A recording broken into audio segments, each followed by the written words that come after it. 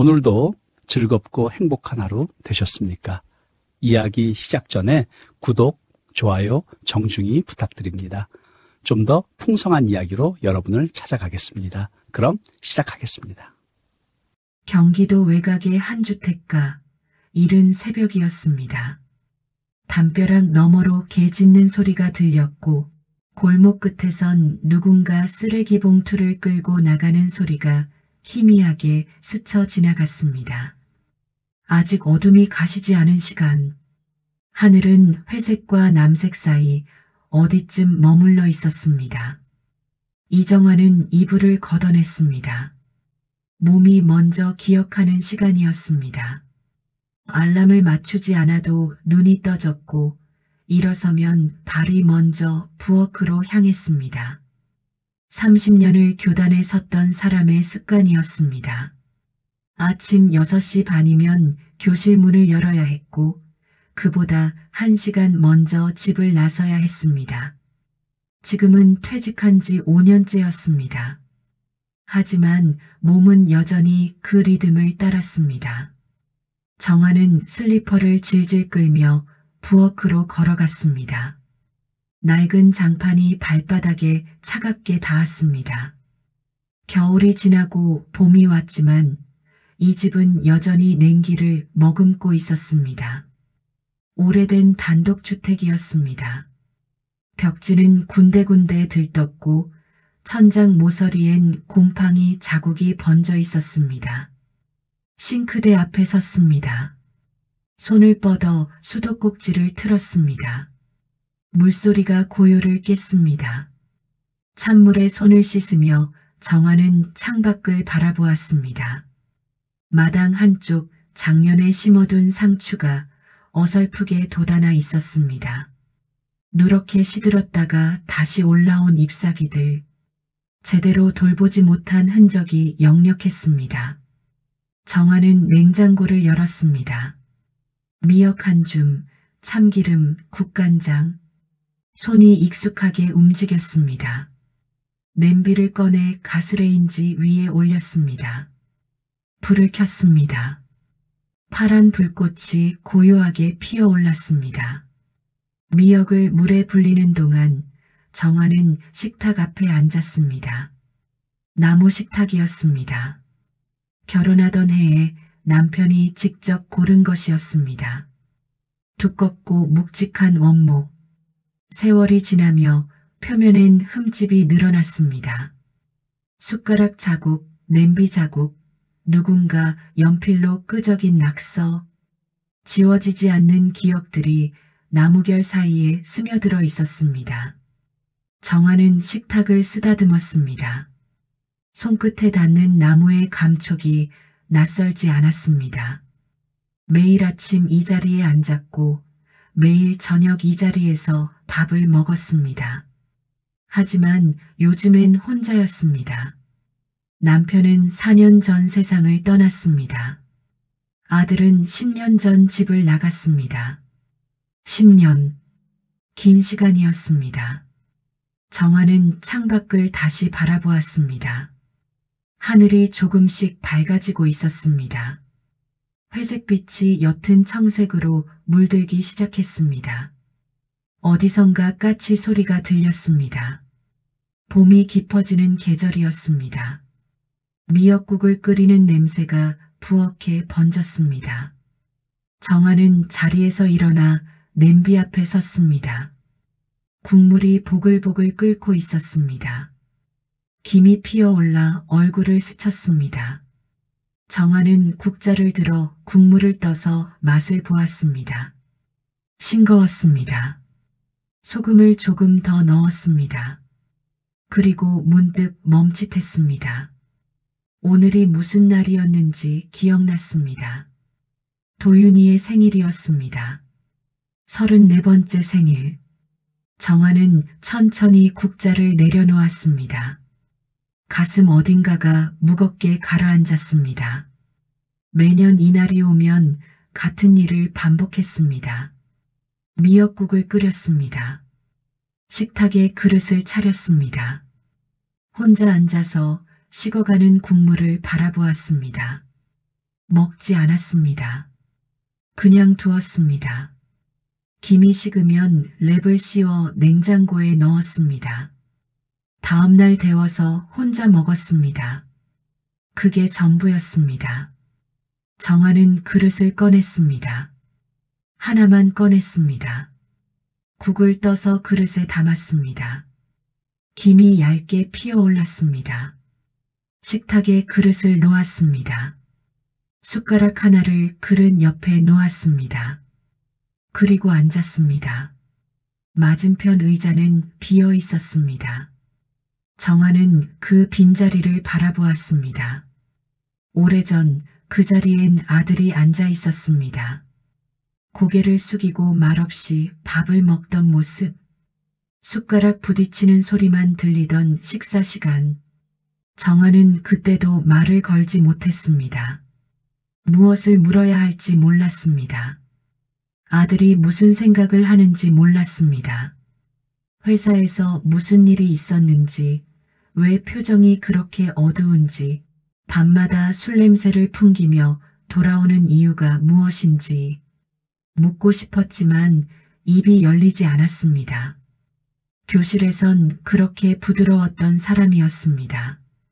아이들의 이름을 다정하게 불렀고 작은 고민도 귀 기울여 들어주었습니다. 학부모들은 정화를 신뢰했습니다. 정화 선생님께 맡기면 안심이에요. 그런 말을 자주 들었습니다. 하지만 집에 돌아오면 달랐습니다. 아들 앞에선 말이 막혔습니다. 무엇을 어떻게 전해야 할지 몰랐습니다. 그저 밥을 차리고 설거지를 하고 빨래를 걷었습니다. 말없이 돌보는 것, 그게 사랑이라고 생각했습니다. 틀렸습니다. 정화는 그릇 속 국물을 바라보았습니다.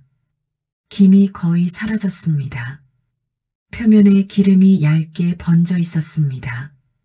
미역 몇 조각이 국물 속에 가라앉아 있었습니다. 10년 전 그날이 떠올랐습니다. 도윤이의 24번째 생일이었습니다. 정화는 그날도 미역국을 끓였습니다. 새벽부터 준비했습니다. 아들이 좋아하는 반찬도 몇 가지 만들었습니다. 계란말이, 멸치볶음, 깍두기. 아들은 늦게 일어났습니다. 부스스한 머리로 식탁에 앉았습니다. 정화는 국을 따뜻하게 데워 내놓았습니다. 생일 축하한다. 짧게 말했습니다. 아들은 고개를 끄덕였습니다. 대답은 없었습니다. 숟가락을 들어 국을 떴습니다. 한 숟가락, 두 숟가락, 그리고 멈췄습니다. 잘 먹겠습니다. 그렇게 말하고 숟가락을 내려놓았습니다. 정화는 물었습니다. 왜 입맛이 없니? 아니요. 아들은 고개를 저었습니다. 표정이 굳어 있었습니다. 눈가가 붉었습니다. 울었던 것 같았습니다. 아니면 자지 못한 것 같았습니다. 정화는 더 묻지 못했습니다. 침묵이 흘렀습니다. 길고 무거운 침묵이었습니다. 식탁 위로 시간이 천천히 흘러갔습니다. 시계 초침 소리만 들렸습니다. 똑똑똑. 아들이 먼저 일어났습니다. 나 좀 쉴게요. 방으로 들어갔습니다. 문을 닫았습니다. 정화는 식탁에 혼자 남았습니다. 거의 손대지 않은 국 그릇을 바라보았습니다. 식어버린 국물, 가라앉은 미역. 그날 저녁 아들은 짐을 쌌습니다. 정화는 방문 앞에 서 있었습니다. 노크하지 못했습니다. 안에서 들리는 소리, 서랍 여닫는 소리, 옷 깨는 소리, 지퍼 올리는 소리. 문이 열렸습니다. 아들이 나왔습니다. 큰 가방을 들고 있었습니다. 어디 가니? 정화가 물었습니다. 목소리가 떨렸습니다.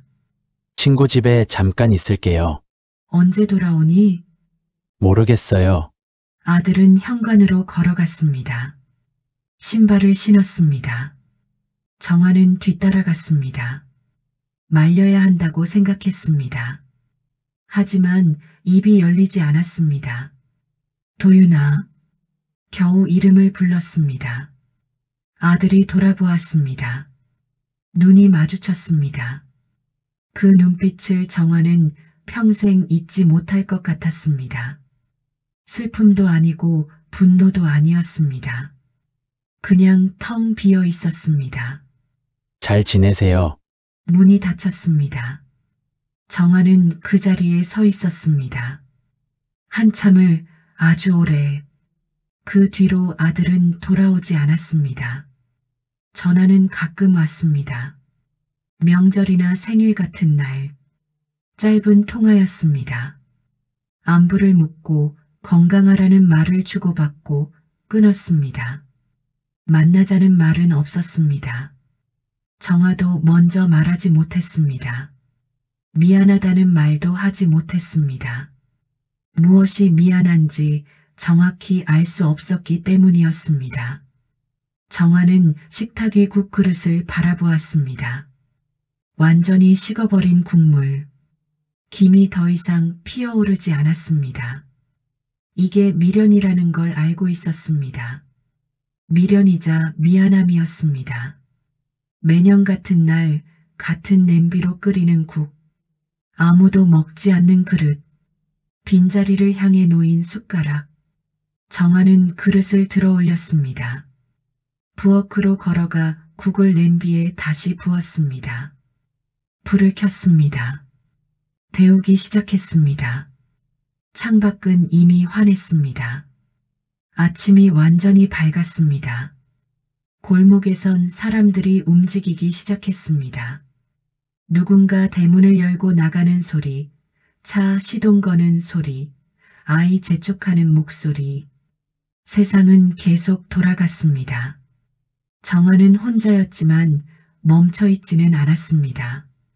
하루하루를 살았습니다. 장을 보고 청소를 하고 텔레비전을 보았습니다. 가끔 옆집 박 여사와 이야기를 나누었습니다. 시장에 가서 과일을 샀습니다. 계절이 바뀌는 걸 느꼈습니다. 하지만 마음 한쪽은 여전히 그날에 머물러 있었습니다. 아들이 문을 닫고 나간 그 새벽. 정화는 그때 물어볼 걸 그랬다고 생각했습니다. 왜 눈이 그렇게 젖어 있었는지, 무엇이 힘들었는지, 엄마가 도울 수 있는 게 있었는지. 하지만 묻지 못했습니다. 그리고 이제는 물을 기회조차 없었습니다. 국이 다시 끓기 시작했습니다. 보글보글 소리가 부엌에 울렸습니다. 정화는 불을 줄였습니다. 천천히 끓도록 놔두었습니다. 그리고 다시 식탁으로 돌아와 앉았습니다. 빈 그릇 앞에, 빈 의자 앞에. 시간은 흘렀습니다. 정화는 알고 있었습니다. 이 미역국이 아들에게 닿지 않는다는 것을, 이 그릇이 채워지지 않는다는 것을. 하지만 그만둘 수 없었습니다. 이게 그녀가 할 수 있는 유일한 일이었습니다.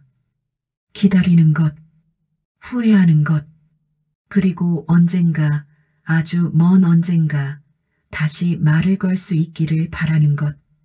창밖으로 바람이 불어왔습니다. 마당의 상추잎이 흔들렸습니다. 정화는 눈을 감았습니다. 그리고 속삭였습니다. 도윤아. 아무도 듣지 못하는 이름이었습니다. 하지만 그녀는 계속 불렀습니다. 조용히, 천천히, 끝없이. 미역국을 끓인 지 사흘이 지났습니다. 정화는 냉장고에서 그 국을 꺼내 데워 먹었습니다. 혼자 앉아 한 그릇을 비웠습니다. 맛이 없었습니다. 짜지도 싱겁지도 않았지만 그저 목구멍을 넘기는 일이었습니다. 설거지를 마치고 마당으로 나갔습니다. 햇살이 따뜻했습니다. 봄이 깊어지고 있었습니다. 상추잎이 조금 더 자라 있었습니다. 정화는 쪼그려 앉아 잡초를 뽑았습니다. 손톱에 흙이 끼었습니다. 무릎이 욱신거렸습니다. 정화씨, 담 너머로 목소리가 들렸습니다. 옆집 박 여사였습니다. 정화는 고개를 들었습니다. 박 여사가 담장에 손을 얹고 얼굴을 내밀고 있었습니다. 주름이 깊었지만 눈빛은 또렷했습니다. 시장 가려는데 같이 갈래요? 정화는 일어서며 손을 털었습니다. 네, 갈게요. 집으로 들어가 가방을 챙겼습니다. 거울 앞에 섰습니다. 머리카락이 헝클어져 있었습니다. 빗으로 정리했습니다. 얼굴이 수척해 보였습니다. 언제부터 이렇게 늙었을까 싶었습니다. 현관문을 열고 나갔습니다. 박 여사가 대문 앞에서 기다리고 있었습니다. 장바구니를 들고 있었습니다. 두 사람은 나란히 걸었습니다.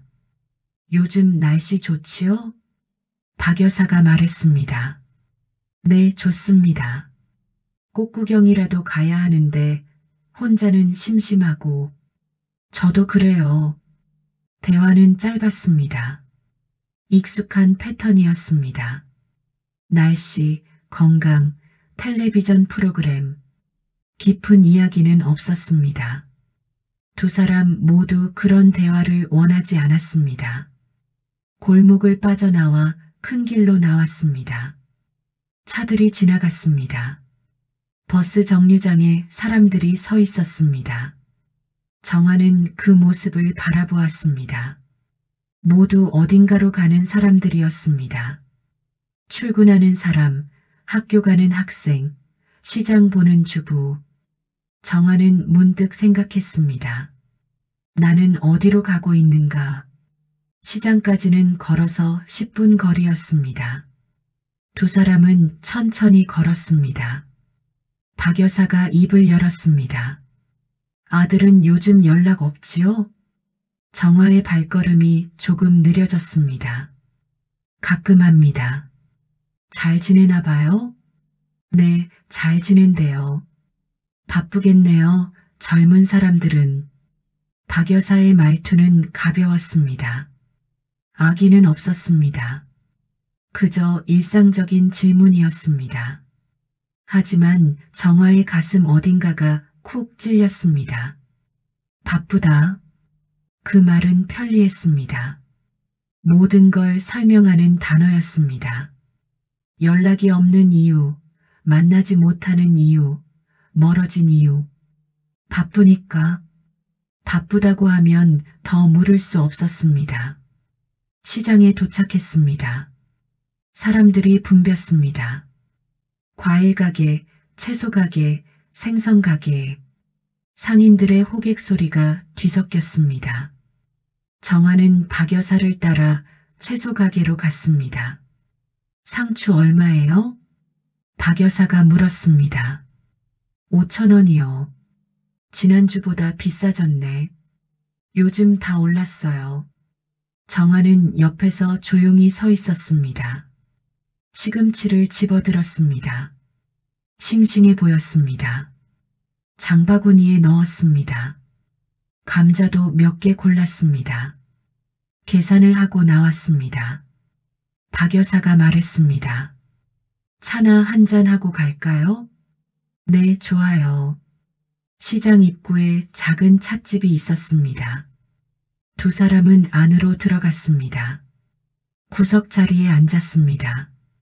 유자차를 주문했습니다. 차가 나왔습니다. 김이 모락모락 피어올랐습니다. 정화는 종이컵을 두 손으로 감쌌습니다. 따뜻했습니다. 우리도 이제 나이 들었지요. 박 여사가 말했습니다. 그러게요. 자식들 다 키워놓고 나니 허전하더라고요. 저도요.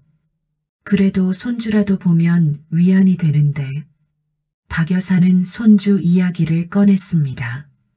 7살 손녀가 있다고 했습니다. 지난주에 집에 놀러 왔다고 했습니다. 귀엽고 영리하고 할머니를 잘 따른다고 했습니다.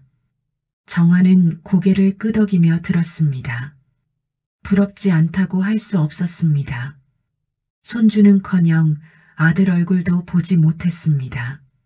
명절에도 오지 않았습니다. 전화로 인사만 했습니다. 정화 씨 아드님은 결혼 안 했지요? 아직이요.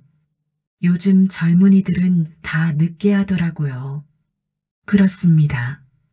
대화는 거기서 끝났습니다. 박 여사도 더 묻지 않았습니다. 공기가 조금 무거워졌습니다. 정화는 차를 한 모금 마셨습니다. 달았습니다. 찻집을 나와 집으로 돌아왔습니다. 박 여사와 헤어지고 대문을 열었습니다. 마당을 지나 현관으로 들어갔습니다. 장바구니를 부엌에 내려놓았습니다. 정적이었습니다. 집은 늘 조용했습니다. 시계 소리만 들렸습니다. 냉장고 돌아가는 소리, 창문 틈으로 스며드는 바람 소리. 정화는 거실로 갔습니다. 소파에 앉았습니다. 텔레비전 리모컨을 들었다가 다시 내려놓았습니다. 켤 기운이 없었습니다. 시선이 전화기에 머물렀습니다. 거실 한쪽 작은 테이블 위에 놓인 유선 전화기. 오래된 기종이었습니다. 버튼이 달아 있었습니다. 정화는 전화기를 바라보았습니다. 전화를 걸까? 그 생각이 스쳤습니다. 며칠에 한 번씩 떠오르는 생각이었습니다.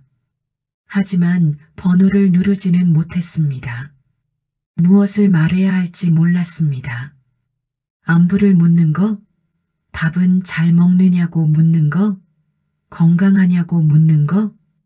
그런 말들은 너무 피상적이었습니다. 진짜 하고 싶은 말은 따로 있었습니다.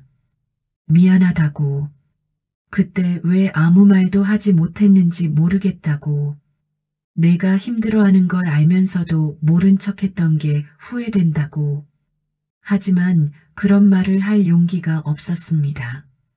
상처를 준 사람이 먼저 다가가는 건 어려웠습니다. 거절당할 것 같았습니다. 아들이 차갑게 대할 것 같았습니다. 아니면 더 나쁜 건 무덤덤하게 받아들이는 것이었습니다. 아무렇지도 않게 그냥 괜찮다고 신경 쓰지 말라고 말하는 것. 그게 더 무서웠습니다. 정화는 자리에서 일어났습니다. 부엌으로 갔습니다. 저녁을 준비해야 했습니다. 냉장고를 열었습니다. 시금치가 보였습니다. 된장찌개를 끓이기로 했습니다. 칼로 두부를 썰었습니다. 손이 자동으로 움직였습니다. 생각할 필요가 없었습니다. 평생 해온 일이었습니다. 냄비에 물을 붓고 불을 켰습니다. 된장을 풀었습니다. 국물이 우러나기 시작했습니다. 시금치를 넣었습니다. 두부를 넣었습니다.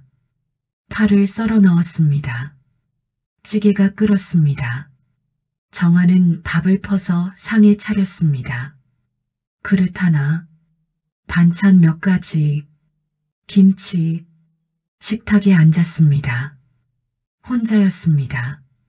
숟가락을 들었습니다. 밥을 한술 떴습니다. 입에 넣었습니다. 씹었습니다. 삼켰습니다. 맛이 느껴지지 않았습니다. 그저 배를 채우는 일이었습니다. 찌개를 한술 떠먹었습니다.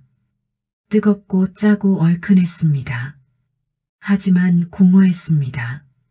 정화는 숟가락을 놓았습니다. 더 이상 먹고 싶지 않았습니다. 밥그릇을 밀어놓고 식탁에 팔을 괴었습니다. 한참 그렇게 있었습니다. 창밖이 어두워졌습니다. 해가 졌습니다. 저녁이 깊어갔습니다. 거리에 가로등이 켜졌습니다. 집안은 어두웠습니다. 정화는 불을 켜지 않았습니다. 그냥 앉아 있었습니다. 어둠 속에서 시간이 흘렀습니다. 얼마나 지났을까? 정화는 몸을 일으켰습니다. 불을 켰습니다.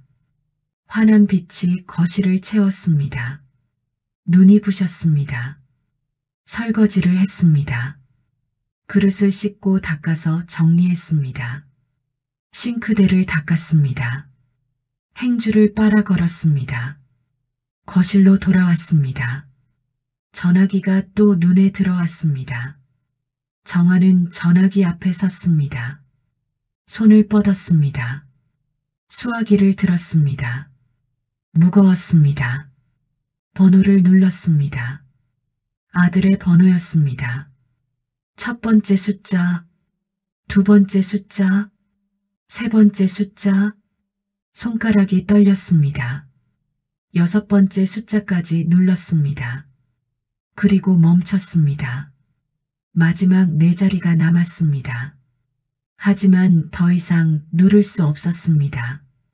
정화는 수화기를 내려놓았습니다. 한숨이 새어나왔습니다. 안 되었습니다. 용기가 나지 않았습니다. 거절당할까봐, 냉담하게 대할까봐, 아니면 그냥 통화가 어색할까봐, 무엇보다 자신이 무슨 말을 해야 할지 몰랐습니다. 정화는 소파에 다시 앉았습니다. 가슴이 답답했습니다. 목이 메었습니다. 눈시울이 뜨거워졌습니다. 하지만 울지 않았습니다. 울면 안 될 것 같았습니다. 울 자격이 없는 것 같았습니다. 상처를 준 사람이 우는 건 비겁한 일 같았습니다. 정화는 눈을 감았습니다. 심호흡을 했습니다. 괜찮다고 속삭였습니다. 하지만 괜찮지 않았습니다. 마음 한쪽이 무너져 내리는 것 같았습니다. 10년 동안 쌓아온 무언가가 조금씩 허물어지는 느낌이었습니다. 정화는 자리에서 일어났습니다. 침실로 갔습니다. 불을 껐습니다. 이불을 덮었습니다. 잠이 오지 않았습니다. 천장을 바라보았습니다. 어둠 속에서 아무것도 보이지 않았습니다. 하지만 머릿속은 시끄러웠습니다. 아들의 얼굴이 떠올랐습니다. 어렸을 때 얼굴, 초등학교 때 얼굴, 중학생 때 얼굴, 고등학생 때 얼굴, 대학생 때 얼굴, 그리고 집을 나가던 날 얼굴, 모두 달랐지만 같았습니다. 정화는 그 얼굴들을 하나씩 떠올렸습니다. 그리고 생각했습니다. 나는 좋은 엄마였을까? 아니었습니다. 잘해주고 싶었지만 방법을 몰랐습니다. 사랑한다고 말하고 싶었지만 말이 나오지 않았습니다. 안아주고 싶었지만 손을 뻗지 못했습니다. 그게 후회였습니다. 정화는 눈을 떴습니다. 결심했습니다. 다시 시도해보기로, 전화를 걸어보기로, 거절당하더라도, 어색하더라도, 냉담하게 대하더라도, 그래도 목소리라도 듣고 싶었습니다. 아들이 어떻게 지내는지 알고 싶었습니다. 그게 엄마가 할 수 있는 일이었습니다. 늦었지만 지금이라도. 정화는 이불을 걷었습니다. 내일 하기로 했습니다. 내일 아침 용기를 내서 전화를 걸기로. 그렇게 다짐했습니다. 어둠 속에서 조용히 혼자. 다음 날 아침이 왔습니다. 정화는 평소보다 일찍 눈을 떴습니다. 어젯밤 다짐이 머릿속에 남아 있었습니다.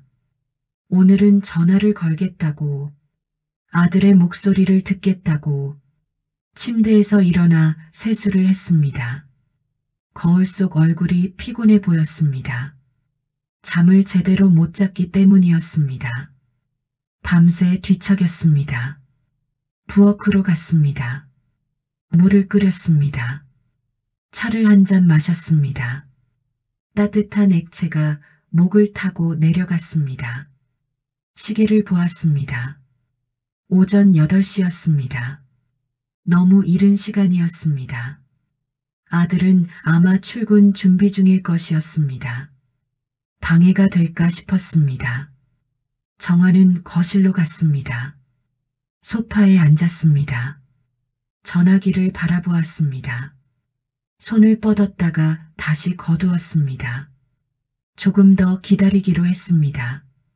9시가 되었습니다. 정화는 자리에서 일어났습니다. 전화기 앞에 섰습니다. 심호흡을 했습니다. 손이 떨렸습니다. 수화기를 들었습니다. 번호를 눌렀습니다. 하나, 둘, 셋. 손가락이 천천히 움직였습니다. 마지막 숫자까지 눌렀습니다. 신호음이 울렸습니다. 뚜뚜뚜. 가슴이 두근거렸습니다. 귓가에 피가 몰리는 것 같았습니다. 신호음이 계속 이어졌습니다. 뚜뚜뚜. 받지 않았습니다. 5번째 신호음이 지나갔습니다.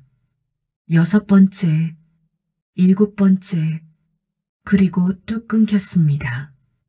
음성사서함으로 연결되었습니다. 기계음 목소리가 흘러나왔습니다. 정화는 수화기를 내려놓았습니다. 한숨이 나왔습니다. 바쁜가 보다. 그렇게 생각했습니다. 회의 중이거나 운전 중이거나 다시 걸면 되었습니다. 정화는 소파에 앉았습니다. 30분을 기다렸습니다. 다시 전화를 걸었습니다. 신호음이 울렸습니다. 뚜뚜뚜. 이번에도 받지 않았습니다. 음성사서함이 나왔습니다. 정화는 메시지를 남기지 않았습니다. 무슨 말을 해야 할지 몰랐습니다. 점심시간까지 기다렸습니다. 12시가 되었습니다. 다시 전화를 걸었습니다. 이번에도 받지 않았습니다. 오후 2시에 한 번 더 걸었습니다. 받지 않았습니다. 오후 4시, 6시, 8시 모두 같았습니다. 신호음만 울리고 음성사서함으로 연결되었습니다. 정화는 전화기를 내려놓았습니다. 무언가 잘못되었다는 생각이 들었습니다. 아들이 일부러 받지 않는 것일까? 번호를 보고 피하는 것일까? 아니면 정말 바쁜 것일까? 알 수 없었습니다. 저녁을 먹지 못했습니다. 식욕이 없었습니다. 물만 마셨습니다. 밤이 되었습니다. 정화는 침실에 누웠습니다. 하지만 잠이 오지 않았습니다. 머릿속이 복잡했습니다. 다음 날도 같았습니다. 아침부터 전화를 걸었습니다. 받지 않았습니다. 오후에도 저녁에도 받지 않았습니다. 사흘이 지났습니다. 정화는 지쳐갔습니다. 전화기 앞에 앉아 하루를 보냈습니다. 다른 일을 할 수 없었습니다. 장도 보지 못했습니다. 청소도 하지 못했습니다. 그저 전화기만 바라보았습니다. 왜 받지 않을까? 무슨 일이 있는 걸까? 혹시 아픈 건 아닐까? 불안이 커졌습니다. 나흘째 되는 날 정화는 결심했습니다. 문자를 보내기로 했습니다. 휴대전화를 꺼냈습니다. 오래된 기종이었습니다. 버튼을 누르는 게 익숙하지 않았습니다. 천천히 글자를 입력했습니다. 도윤아, 엄마야. 전화 좀 받아줄 수 있니? 짧은 문장이었습니다. 더 쓰고 싶었지만 손이 떨려 그만두었습니다. 전송 버튼을 눌렀습니다. 문자가 나갔습니다. 정화는 휴대전화를 손에 쥐고 기다렸습니다. 답장이 올 것 같았습니다. 5분, 10분, 30분. 답장은 오지 않았습니다. 저녁이 되었습니다. 정화는 부엌에서 라면을 끓였습니다. 제대로 된 식사를 하지 못한 지 사흘째였습니다. 배는 고팠지만 무엇을 해먹을 기력이 없었습니다. 라면을 끓이는 동안 텔레비전을 켰습니다. 뉴스가 나왔습니다. 정화는 멍하니 화면을 바라보았습니다. 내용이 귀에 들어오지 않았습니다. 그런데 갑자기 화면이 바뀌었습니다. 경제 뉴스였습니다. 한 회사의 재기 스토리를 다루고 있었습니다. 카메라가 한 남자를 비췄습니다. 정화의 손이 멈췄습니다. 도윤이었습니다. 아들이 화면에 나왔습니다. 정화는 라면 끓이던 것도 잊고 텔레비전 앞으로 다가갔습니다. 무릎을 꿇고 화면을 응시했습니다. 아들은 정장을 입고 있었습니다. 표정이 단정했습니다. 10년 전보다 훨씬 성숙해 보였습니다. 인터뷰어가 물었습니다. 힘든 시기를 어떻게 극복하셨나요? 도윤이 잠시 침묵했습니다. 그리고 조용히 대답했습니다. 그때는 세상에 혼자인 줄 알았습니다. 아무도 이해해주지 않는 것 같았고 제 처지가 창피했습니다. 정화의 가슴이 쿵 내려앉았습니다. 하지만 돌아보니 제가 먼저 마음을 닫았던 것 같습니다. 도움을 청할 수도 있었는데 스스로 벽을 쌓았던 거죠. 화면이 다시 바뀌었습니다. 정화는 그 자리에 그대로 앉아 있었습니다. 라면 끓는 냄새가 났습니다. 부엌으로 달려갔습니다. 물이 넘쳐 흘렀습니다. 불을 껐습니다. 냄비를 치웠습니다. 손이 떨렸습니다. 가슴이 답답했습니다. 숨이 제대로 쉬어지지 않았습니다. 아들의 말이 머릿속에 맴돌았습니다. 제가 먼저 마음을 닫았던 것 같습니다. 누가 먼저였을까? 아들이 먼저 닫았을까? 정화가 먼저 닫았을까? 알 수 없었습니다. 어쩌면 둘 다였을지도 몰랐습니다. 서로 조금씩 멀어지다가 어느 순간 돌이킬 수 없는 거리가 생긴 것이었습니다. 정화는 거실로 돌아왔습니다. 전화기를 들었습니다. 이번엔 망설이지 않았습니다. 번호를 눌렀습니다. 끝까지 눌렀습니다. 신호음이 울렸습니다.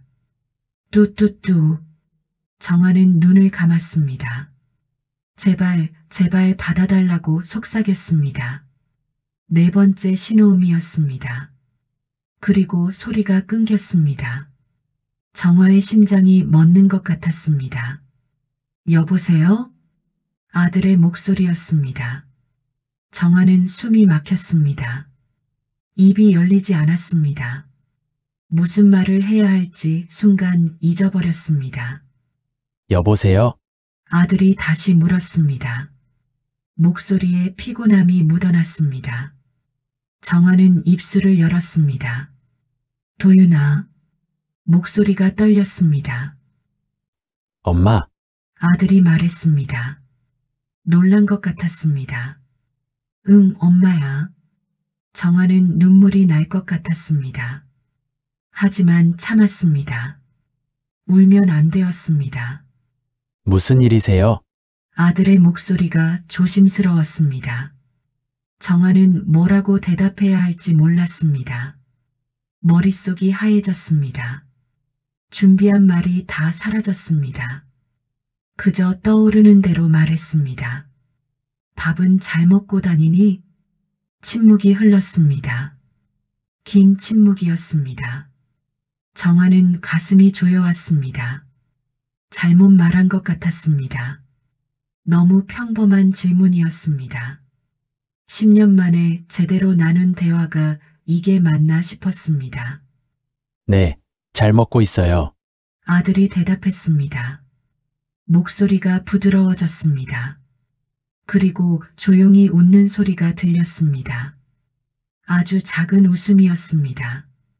씁쓸한 것 같기도 하고 따뜻한 것 같기도 한. 엄마, 아들이 불렀습니다.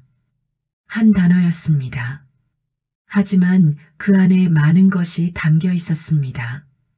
정화는 대답하지 못했습니다. 목이 메었습니다. 눈물이 핑 돌았습니다. 저도 괜찮아요. 걱정 마세요. 아들이 말했습니다. 정화는 고개를 끄덕였습니다. 아들은 볼 수 없었지만 그렇게 하지 않으면 무너질 것 같았습니다.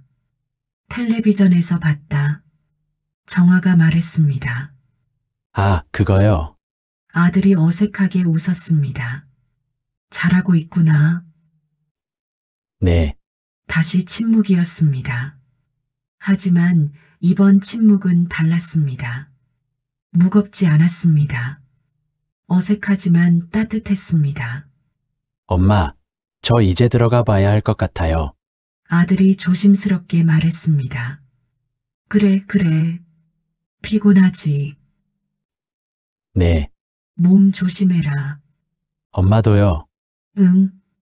전화가 끊어질 것 같았습니다. 정화는 더 붙잡고 싶었습니다. 하지만 할 말이 없었습니다. 도윤아, 네, 다음에 또 전화해도 되니? 목소리가 떨렸습니다. 거절당할까봐 두려웠습니다. 아들은 잠시 망설이는 것 같았습니다. 그리고 조용히 대답했습니다. 네, 괜찮아요. 정화는 눈물을 닦았습니다. 고맙다. 엄마, 응? 저도 전화할게요. 정화의 가슴이 뛰었습니다. 그래, 언제든지. 네, 그럼 안녕히 계세요. 그래, 잘 자거라. 전화가 끊어졌습니다. 뚜아는 신호음만 남았습니다. 정화는 수화기를 천천히 내려놓았습니다. 거실이 고요했습니다. 아무 소리도 들리지 않았습니다. 하지만 정화의 귓가엔 아들의 목소리가 남아 있었습니다. 저도 전화할게요. 그 한마디. 정화는 소파에 주저앉았습니다. 긴장이 풀렸습니다. 온몸에 힘이 빠졌습니다. 눈물이 흘렀습니다.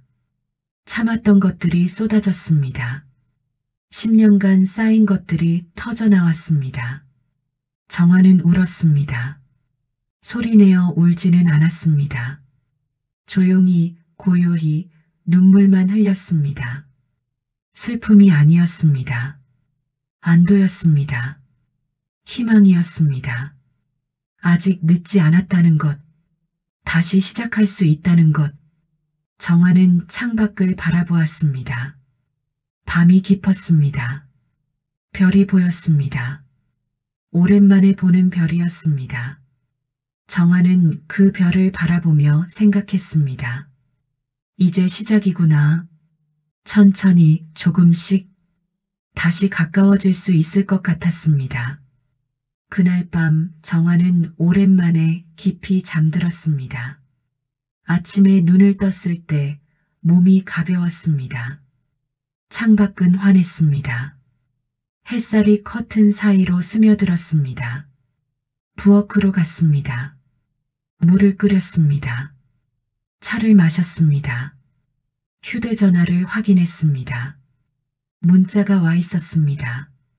아들이었습니다. 엄마, 어젯밤 전화 고마웠어요. 오늘 좋은 하루 보내세요.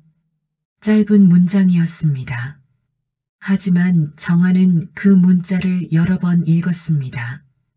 글자 하나하나가 따뜻했습니다. 답장을 쓰기 시작했습니다. 손가락이 서툴게 버튼을 눌렀습니다. 글자를 지우고 다시 썼습니다. 몇 번이고 고쳐 썼습니다. 너도 좋은 하루 보내렴. 전송했습니다. 정화는 휴대전화를 내려놓고 미소 지었습니다. 작은 미소였지만 오랜만이었습니다. 일주일이 지났습니다. 정화는 다시 전화를 걸었습니다. 이번엔 덜 떨렸습니다. 여보세요? 아들이 받았습니다. 나야, 엄마. 네, 엄마. 바쁜 거 아니니? 괜찮아요. 잠깐은 통화할 수 있어요. 정화는 안도했습니다. 뭐 하고 있었니? 자료 정리하고 있었어요. 내일 회의 준비. 그렇구나. 힘들지? 괜찮아요. 요즘은 괜찮습니다. 대화는 짧았습니다. 하지만 어색하지 않았습니다. 정화는 일상적인 것들을 물었습니다. 밥은 먹었는지, 날씨는 어떤지, 감기는 안 걸렸는지, 사소한 질문들이었습니다. 하지만 아들은 성실하게 대답했습니다. 엄마도 건강하세요. 응, 엄마는 괜찮다. 혼자 계시는데 불편하진 않으세요? 아니, 괜찮아. 제가 시간 나면 한번 갈게요. 정화의 가슴이 뛰었습니다. 올 거니? 네, 주말에 시간 내볼게요. 그래, 좋다. 언제든지. 전화를 끊고 나서 정화는 한참을 그 자리에 앉아 있었습니다. 온다고 했습니다. 아들이 집에 온다고 했습니다. 10년 만이었습니다. 다음 주가 되었습니다. 토요일 아침이었습니다. 정화는 일찍 일어났습니다. 청소를 했습니다. 거실을 쓸고 닦았습니다. 부엌을 정리했습니다. 화장실을 깨끗이 했습니다. 마당도 손봤습니다. 잡초를 뽑았습니다. 상추를 다듬었습니다. 옷장을 열었습니다. 깨끗한 옷을 꺼내 입었습니다. 거울을 봤습니다. 머리를 빗었습니다. 시장에 갔습니다. 아들이 좋아하던 반찬 재료를 샀습니다. 소고기, 버섯, 깻잎, 고추, 과일도 샀습니다. 사과와 배. 집으로 돌아와 요리를 시작했습니다. 소고기를 양념했습니다. 버섯을 볶았습니다. 깻잎을 씻었습니다. 밥을 지었습니다. 오후 2시쯤 초인종이 울렸습니다. 정화는 손을 씻고 현관으로 갔습니다. 문을 열었습니다. 도윤이 서 있었습니다. 10년 만에 보는 얼굴이었습니다. 많이 변했습니다. 키는 그대로였지만 어깨가 넓어졌습니다. 얼굴이 여위었습니다. 눈가에 주름이 생겼습니다. 들어와. 정화가 말했습니다. 목소리가 떨렸습니다. 네, 도윤이 신발을 벗고 들어왔습니다. 거실을 둘러보았습니다. 모든 게 예전 그대로였습니다. 같은 소파, 같은 식탁, 같은 시계. 앉아라. 정화가 말했습니다. 도윤은 소파에 앉았습니다. 정화는 부엌으로 가서 물을 따라왔습니다. 도윤에게 건넸습니다. 고맙습니다. 도윤이 물을 마셨습니다. 정화는 맞은편에 앉았습니다. 침묵이 흘렀습니다. 하지만 불편하지 않았습니다. 두 사람 모두 무슨 말을 해야 할지 찾고 있었습니다. 잘 지냈니? 정화가 먼저 물었습니다. 네, 괜찮았어요. 힘든 일도 많았지? 도윤은 고개를 끄덕였습니다. 있었죠. 하지만 이겨냈습니다. 잘했다. 정화는 아들을 바라보았습니다. 더 이상 어린아이가 아니었습니다. 성숙한 어른이었습니다. 엄마, 도윤이 불렀습니다. 응?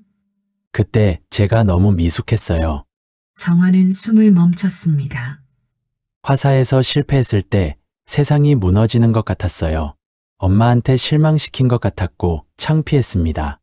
도윤의 목소리가 낮아졌습니다. 그래서 혼자 감당하려고 했어요.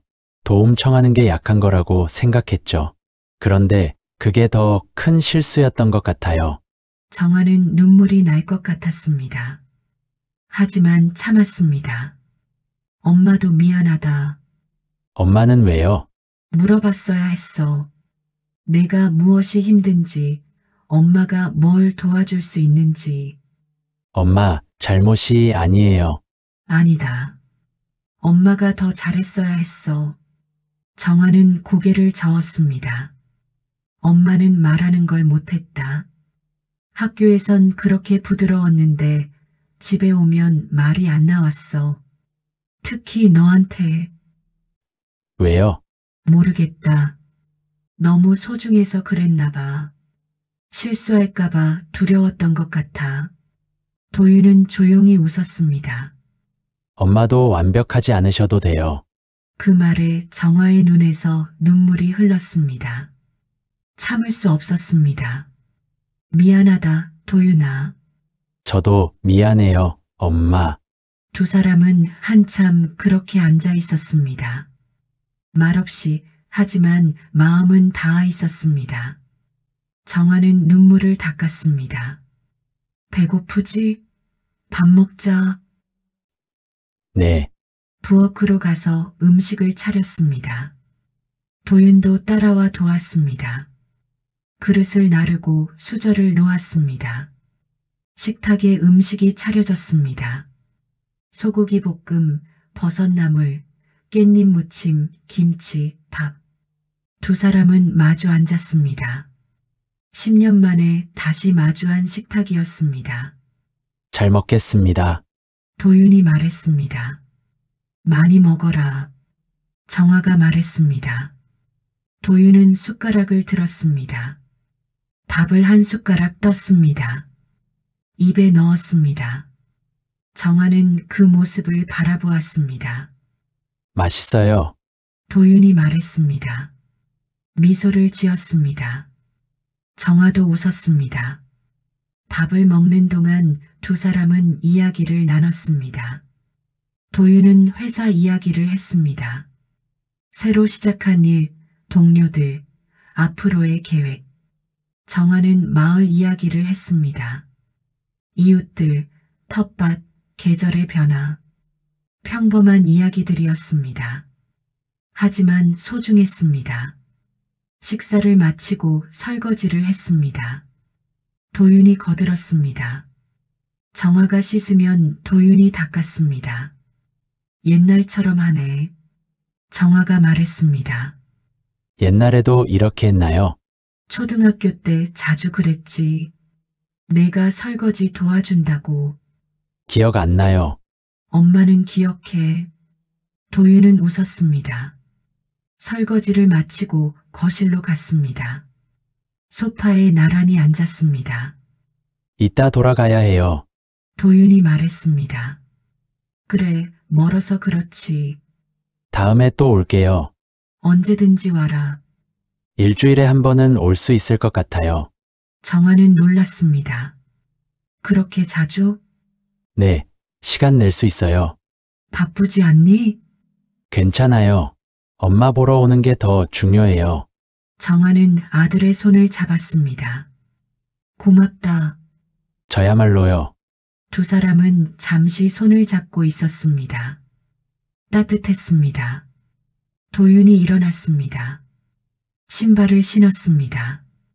정화는 현관까지 따라갔습니다. 조심히 가거라. 네, 엄마도 건강하세요. 그래. 사랑해요, 엄마. 도윤이 말했습니다. 정화는 숨이 멎었습니다. 10년 만에 듣는 말이었습니다. 엄마도 너를 사랑한다. 도윤은 고개를 숙여 인사했습니다. 그리고 돌아서 걸어갔습니다. 정화는 대문이 닫힐 때까지 서 있었습니다. 아들의 뒷모습이 사라졌습니다. 하지만 이번엔 슬프지 않았습니다. 다시 올 거라는 걸 알았습니다.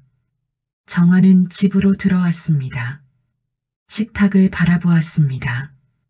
빈 그릇이 놓여 있었습니다. 하지만 더 이상 외롭지 않았습니다. 두 사람이 함께 먹은 자리였습니다. 정화는 그릇을 치우며 생각했습니다.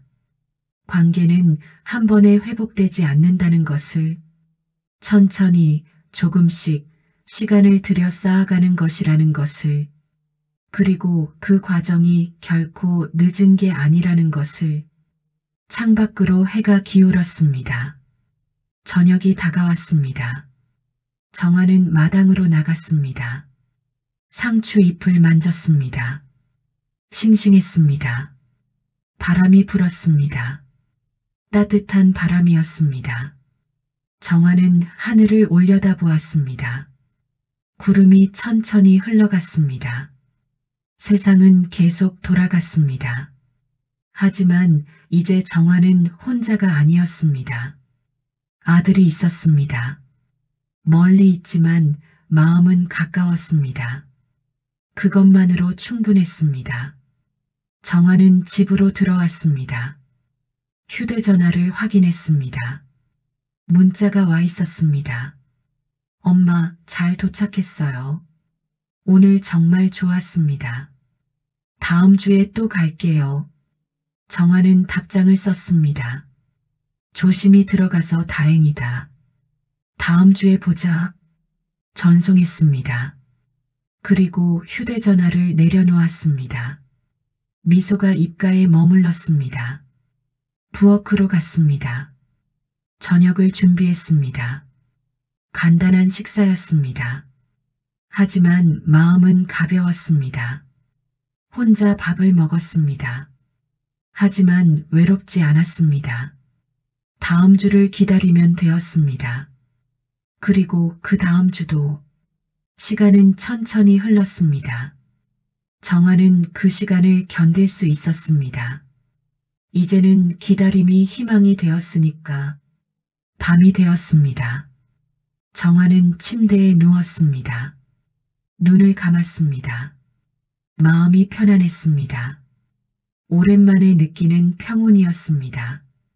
정화는 잠들기 전 생각했습니다.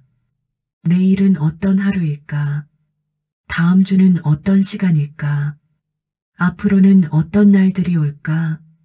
알 수 없었습니다. 하지만 두렵지 않았습니다. 아들과 함께 걸어갈 수 있으니까 천천히 조금씩 함께 그것으로 충분했습니다. 정화는 미소 지으며 잠들었습니다. 깊고 고요하게 석 달이 흘렀습니다. 봄이 지나고 여름이 왔습니다. 마당의 상추는 무성하게 자랐습니다. 정화는 매일 아침 잎을 따서 씻었습니다. 도윤은 약속을 지켰습니다. 일주일에 한 번 토요일마다 집에 왔습니다. 때로는 금요일 밤에 와서 하룻밤 묵고 갔습니다. 처음엔 어색했습니다. 무슨 말을 해야 할지, 어떻게 시간을 보내야 할지 몰랐습니다. 하지만 시간이 지나며 자연스러워졌습니다. 함께 장을 보러 갔습니다. 함께 텔레비전을 봤습니다. 함께 마당 일을 했습니다. 말은 많지 않았습니다. 하지만 침묵이 편안했습니다. 어느 토요일 도윤이 큰 상자를 들고 왔습니다. 이게 뭐니? 정화가 물었습니다. 앨범이요. 집에 있던 거 정리하다가 찾았어요. 앨범? 네, 옛날 사진들. 두 사람은 거실 바닥에 앉았습니다. 상자를 열었습니다. 낡은 사진첩들이 나왔습니다. 정화는 한 권을 꺼냈습니다. 펼쳤습니다. 첫 장에 아기 사진이 있었습니다. 도윤이었습니다. 갓 태어난 모습이었습니다. 이때 정말 작았구나. 정화가 말했습니다. 얼마나 작았어요? 3kg도 안 됐어. 그랬어요? 정화는 사진을 쓰다듬었습니다. 기억이 떠올랐습니다. 그때의 무게, 그때의 온기, 그때의 냄새. 다음 장을 넘겼습니다. 돌잔치 사진이 나왔습니다. 도윤이 한복을 입고 있었습니다. 웃고 있었습니다. 이때는 정말 많이 웃었지. 지금은 안 웃어요? 도윤이 물었습니다. 아니, 지금도 웃지. 근데 그때는 세상 걱정이 없어 보였어. 도윤은 사진을 들여다봤습니다. 저도 기억이 안 나요. 그럴 나이였으니까 사진을 계속 넘겼습니다. 유치원 입학식, 초등학교 운동회, 소풍, 생일잔치. 시간이 흘러가는 게 보였습니다. 아이가 자라는 게 보였습니다. 중학교 사진에 이르렀습니다. 도윤의 표정이 조금 굳어져 있었습니다. 웃음이 줄어들었습니다. 이때부터 힘들었지? 정화가 물었습니다. 도윤은 고개를 끄덕였습니다. 사춘기였어요. 모든 게 힘들었죠. 엄마가 몰라줘서 미안했다. 아니에요. 제가 말을 안 했으니까요. 그래도 정화는 사진을 바라봤습니다. 그 시절의 아들, 혼자 사귀던 아이. 엄마도 말을 못했어. 물어보고 싶었는데 어떻게 물어야 할지 몰랐어. 이해해요, 엄마. 고맙다. 마지막 사진첩을 펼쳤습니다. 대학교 졸업식 사진이 나왔습니다. 도윤이 학사모를 쓰고 있었습니다. 정화도 옆에 있었습니다. 둘 다 웃고 있었습니다. 이게 마지막 사진이네. 정화가 말했습니다. 그러네요. 그 뒤로는 사진을 안 찍었구나. 침묵이 흘렀습니다. 정화는 사진을 오래 바라봤습니다. 그때까지는 괜찮았습니다. 그 뒤로 무언가 어긋나기 시작했습니다. 엄마, 도윤이 불렀습니다. 응, 오늘 사진 찍어요. 응. 새로 시작하는 거예요. 여기서부터. 정화는 아들을 바라봤습니다. 눈이 마주쳤습니다. 그래, 좋다. 도윤은 휴대전화를 꺼냈습니다. 정화 옆에 바짝 앉았습니다. 팔을 뻗어 카메라를 켰습니다. 웃으세요, 엄마. 정화는 웃었습니다. 찰칵 사진이 찍혔습니다. 도윤이 화면을 보여줬습니다. 두 사람이 웃고 있었습니다. 어색하지만 따뜻한 웃음이었습니다. 좋네. 정화가 말했습니다. 이 사진 인화해서 액자에 넣을게요. 그래라. 앨범을 정리하고 상자에 넣었습니다. 정화는 상자를 안방에 가져다 놓았습니다. 저녁 시간이 되었습니다. 정화는 부엌에서 저녁을 준비했습니다. 도윤이 들어와 도왔습니다. 채소를 씻고 썰었습니다. 내일이 무슨 날인지 아니? 정화가 물었습니다. 무슨 날이에요? 내 생일. 도윤은 멈췄습니다. 아, 맞다. 올해는 35이지? 네. 정화는 냄비를 꺼냈습니다. 미역국 끓일까? 도윤은 잠시 말이 없었습니다. 그리고 조용히 말했습니다. 네, 좋아요. 정화는 미역을 꺼냈습니다. 물에 불렸습니다. 도윤은 옆에서 지켜봤습니다. 엄마, 제가 떠난 뒤에도 미역국 끓이셨어요. 정화는 고개를 끄덕였습니다. 매년 내 생일이면 혼자서요? 응. 도윤은 아무 말도 하지 못했습니다. 정화는 미역을 씻어 냄비에 넣었습니다. 참기름을 두르고 볶았습니다. 물을 부었습니다. 간장으로 간을 했습니다. 국이 끓기 시작했습니다. 그때는 몰랐어요.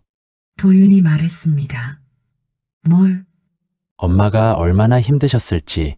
정화는 도윤을 바라봤습니다. 괜찮아. 이제는 다 괜찮아. 미안해요, 엄마. 아니야. 내 잘못이 아니야. 도윤의 눈에 눈물이 맺혔습니다. 저도 엄마를 사랑했어요. 그때도 말은 못했지만 정화는 도윤의 어깨를 안았습니다. 엄마도 알아. 알고 있었어.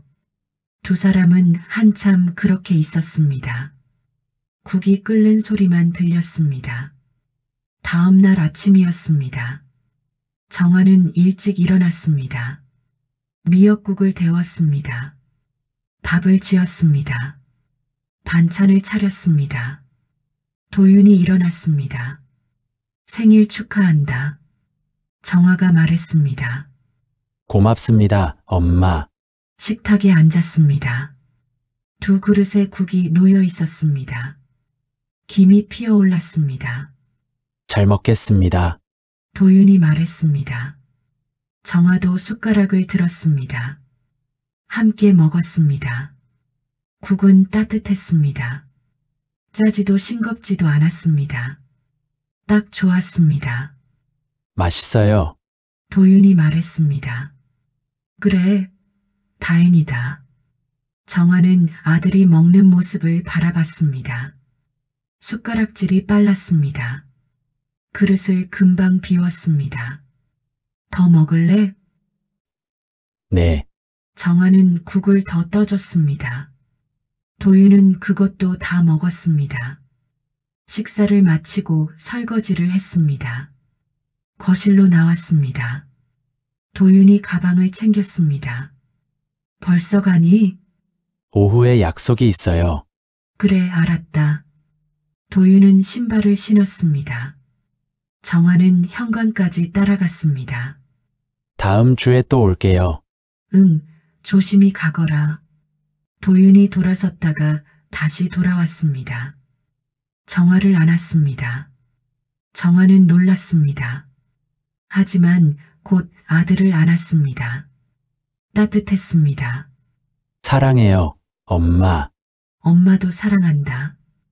도윤이 몸을 떼었습니다. 웃었습니다. 그리고 걸어갔습니다. 정화는 대문이 닫힐 때까지 지켜봤습니다. 아들의 뒷모습이 골목 끝으로 사라졌습니다. 정화는 집으로 들어왔습니다. 식탁을 바라봤습니다. 빈 그릇 2개가 놓여 있었습니다. 더 이상 혼자 끓인 국이 아니었습니다. 함께 먹은 국이었습니다. 정화는 그릇을 치우며 미소 지었습니다. 마당으로 나갔습니다. 햇살이 따뜻했습니다. 여름바람이 불었습니다. 상추 잎이 흔들렸습니다. 정화는 쪼그려 앉았습니다. 잡초를 뽑았습니다. 흙을 만졌습니다. 새들이 지저귀고 있었습니다. 세상은 평화로웠습니다. 정화는 생각했습니다. 기다림은 상처가 아니었다고, 사랑의 모양이었다고, 사랑은 돌아오는 게 아니라 다시 손 내밀 때 시작되는 거라고. 그 여름의 미역국은 따뜻했습니다. 10년의 겨울을 지나 다시 데워진 국물처럼 묵직하고 깊고 그리고 무엇보다 함께였습니다. 정화는 일어섰습니다. 하늘을 올려다봤습니다.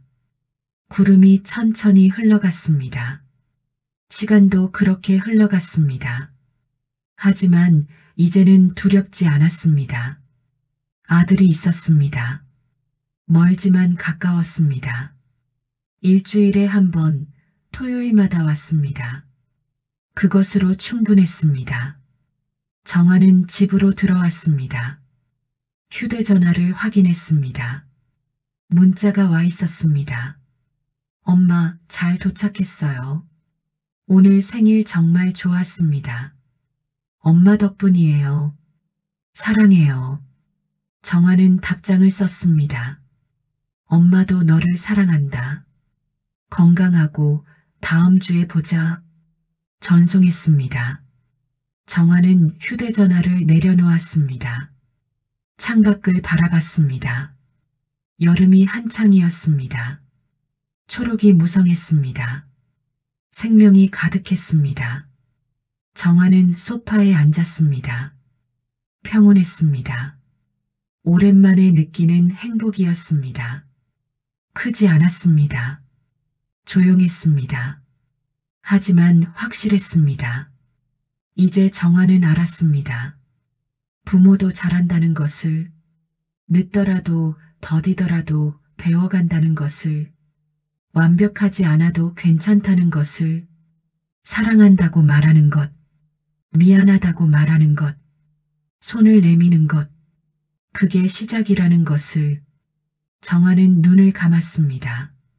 심호흡을 했습니다. 가슴이 편안했습니다.